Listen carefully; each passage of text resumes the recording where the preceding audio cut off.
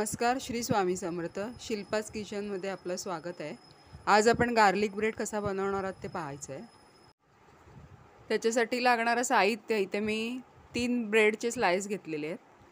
हा लसूण घेतला आहे, बटर, चिली फ्लेक्स, ऑरिगेनो आणि कोथिंबीर आणि चवीपुरतं मीठ. आता या बटरमध्ये मीठ टाकायचं आहे. हा लसूण किसून घेतला आहे मी, 7-8 पाकळ्या आहेत. चिली फ्लेक्स, ऑरिगेनो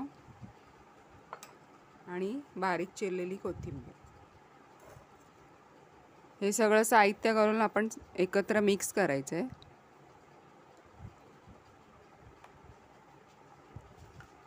आता हे तयार केलेलं मिश्रण आपण या ब्रेडवर लावायचं आहे.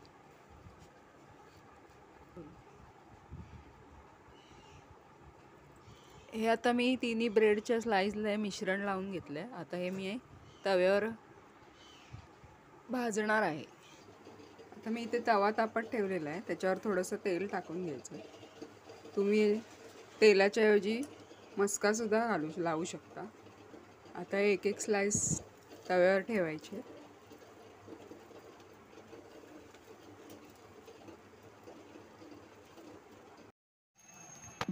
हे बघा, इथे आपले गार्लिक ब्रेड तयार आहेत. तुम्ही सॉस सोबत खाऊ शकता.